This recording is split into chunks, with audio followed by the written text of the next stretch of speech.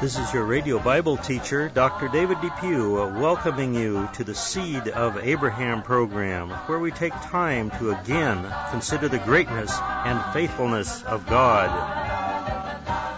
We are continuing in our series to look at the Pleroma, or the fullness of time, what is referred to in the Scriptures in Galatians chapter 4, verses 4 and 5, where it talks about that Jesus Christ came in the fullness of time. We've covered several points in this study, and now we're coming to the time of the birth of Christ, and in particular when the Magi came to see the newborn baby, the young child. We read about this in Matthew chapter 2, verses 1 through 3. And this is very interesting because we see the Magi coming from the east, probably from Persia, as we've talked about before, coming to see the baby Jesus, and they meet King Herod. This was a very interesting man. Now we read in Matthew chapter 2, after Jesus was born in Bethlehem of Judea, in the days of Herod the king, behold, Magi from the east arrived in Jerusalem, saying, Where is he who has been born, the King of the Jews? And we'll stop there for just a minute, because it's important that we put this in the proper context. They were asking where the one was, where the person was, who had been born as a king. Now this is something unusual, because what we know of in society is that a person may be born as a prince into a kingly family or into a royal family. However, he is not born as a king. This would be very unusual, and it's not known of much in our society. But they ask, where is the one who has been born, the King of the Jews? This question came to King Herod, and they ask him this question. Now we have to know who King Herod was. Many of you have studied the life of King Herod and are familiar with him, but many people are not familiar with him. We can say that he had fought his way to become the king of the Jews. Herod had scratched his way, is one way that I think of it, just with his fingernails and his toenails and everything he could to become the king. He had murdered people to get there, to become the king. He had killed his two favorite sons, or two of his sons. He had changed the heir on his will, the will that he had written out. He changed that 5 different times because he did not know who he wanted to have to succeed him on the throne. He was very jealous of his sons and of his family. He had his favorite wife killed because he did not trust her. The common saying among the people in those days was that it would be better to be the dog of King Herod than to be a member of his family, either one of his sons or some distant member or even one of his wives, because he was known to kill these. In the year 30 B.C., Rome declared him to be the king of the Jews. They did this because he conquered them. He conquered the Jewish people at that time. He also said that he would send the tax money to Rome. And so in this way they said, well, yes, we will make you the king. So we realize that he had fought, he had murdered, he had taken things to become the king. And here, after all of that work, someone else shows up and says, where is the one who is born the king?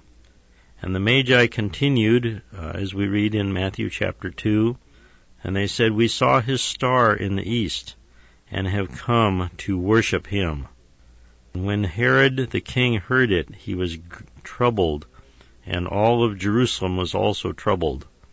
So we see that this was a very interesting thing of how Jesus came into the situation of the world. He broke through into our time and space, and he broke through at a time when there was a man who had already been declared to be the king, but he was not from that nation actually, and he had paid money, bribed, murdered, and so on to become the king. And yet Jesus Christ came and was born a king.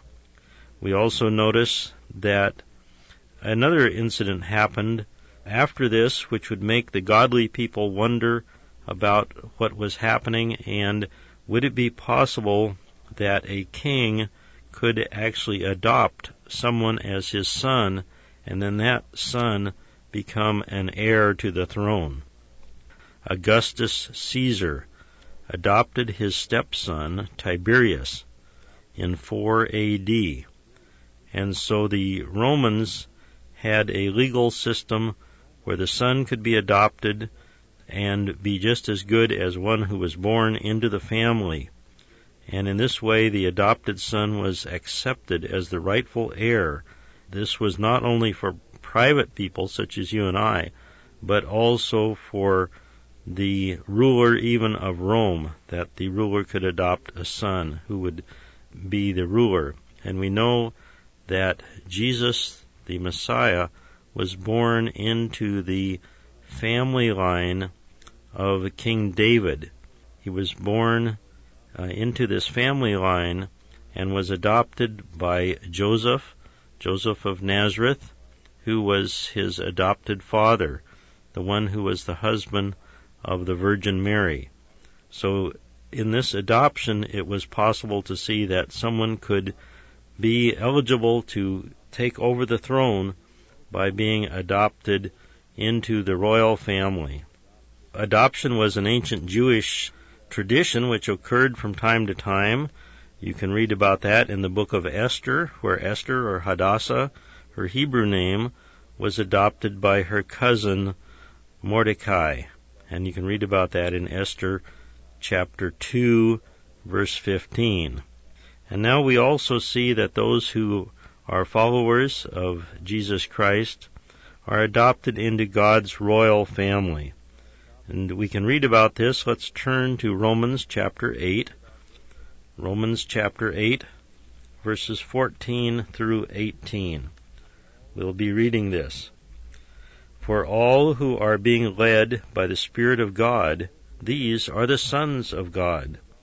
For you have not received a spirit of slavery, leading to fear again, but you have received a spirit of adoption as sons, by which we cry out, Abba, Father. The Spirit himself bears witness with our spirit that we are the children of God.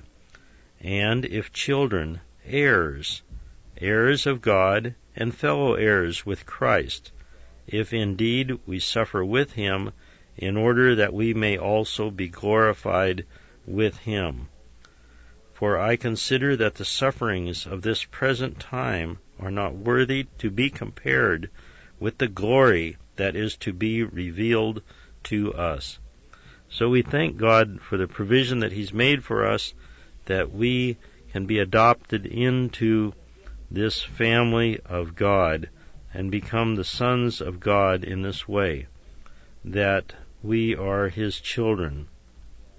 We thank him for that, and this is just a little portion of why Jesus came in at this particular time.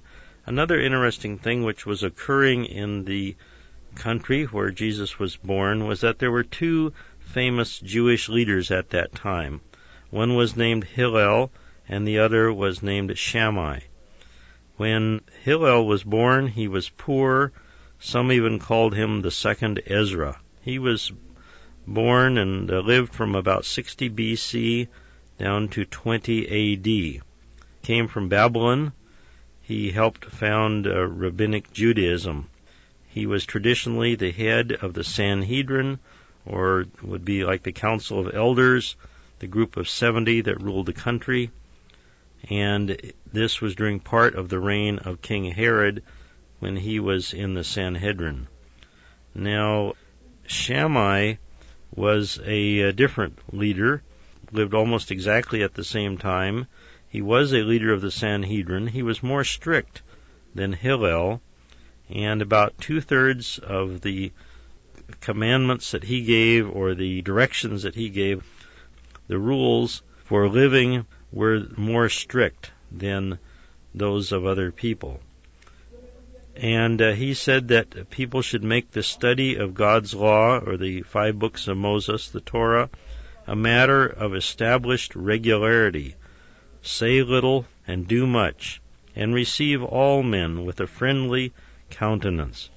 So this was his teaching, and one time a man came and asked Shammai. He said that he would embrace the Jewish law and traditions if it could be explained in a summary form while he stood on one foot. Shammai said he could not explain it that way. However, Hillel, who was more liberal in some ways, summarized it and said, "Do not do to your fellows what is hateful unto you. This is the whole law. The rest is commentary." And of course, we know what Jesus said. Jesus said something similar, but he put it in a positive way. He said, "Whatever you want others to do for you, you do the same for them. For this is the law and the prophets." That's in Matthew chapter 7. We see that Jesus came into this particular time for a particular purpose. It was a wonderful thing that he did, and people were thinking about these very subjects at the time when he came into their lives. We thank him for this, and he was speaking specifically to the needs and the thoughts that they had. This is your radio Bible teacher, Dr. David Depew, inviting you to listen in again next time to The Seed of Abraham. Please write to us at The Seed of Abraham, Post Office Box 842, that is, Box 842, Alhambra, Alhambra, California, 91802, USA. Goodbye for now, and may God bless you as you study His Word.